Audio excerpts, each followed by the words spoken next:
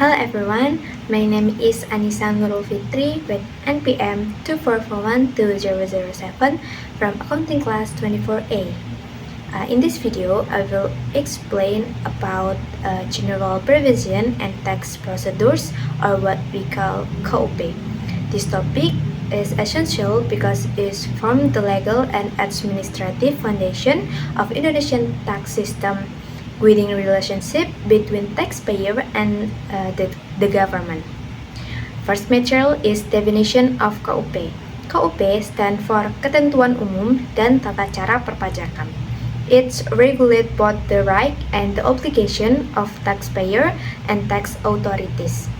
The law ensures the tax administration runs properly and fairly. The legal foundation is Law Number 6 of 1983, which has been amended several times to keep up with current development. Purpose of KUP. The main purpose of KUP is to create legal certainty in taxation and to ensure fairness between taxpayer and the government.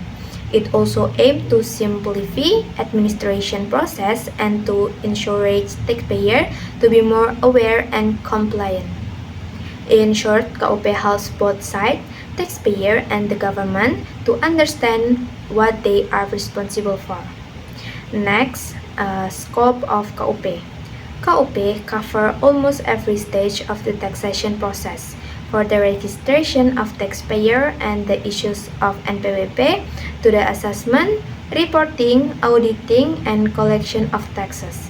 It also provides procedure for handling objection, appeals, and judicial review in case of tax disputes. Next, taxpayer right. Taxpayers have several important rights, such as obtain tax identification number or NPWP, submitting objection or appeals, requesting refund for overpaid tax, and correcting any mistake in their tax report. These rights are meant to protect taxpayers and ensure that they are treated fairly by tax authorities. Taxpayer obligation. On the other hand, taxpayers also have obligation. They must register for NPWP and pay their tax on time.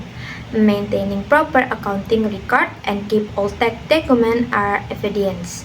By fulfilling this obligation, taxpayers contribute to the national growth and uphold their civic responsibility. Next, tax return. Tax return, or SPT, is a document used to report in taxpayer income, deduction, and the payment.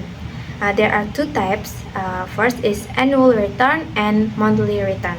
Submitting SPT correctly and on time is one of the most important parts of being a compliant taxpayer. Next is tax audit. Sometimes the tax auditory conducts an audit to check whether the taxpayer have reported their income and tax correctly. The purpose of an audit is not to punish but ensure fairness and accuracy. If everything is correct, then there is nothing to worry about. Next is sanction of under KUP. KUP also includes sanction to maintain discipline in the tax system. First is administrative sanction, such as fines or interest applied for delay or mistake.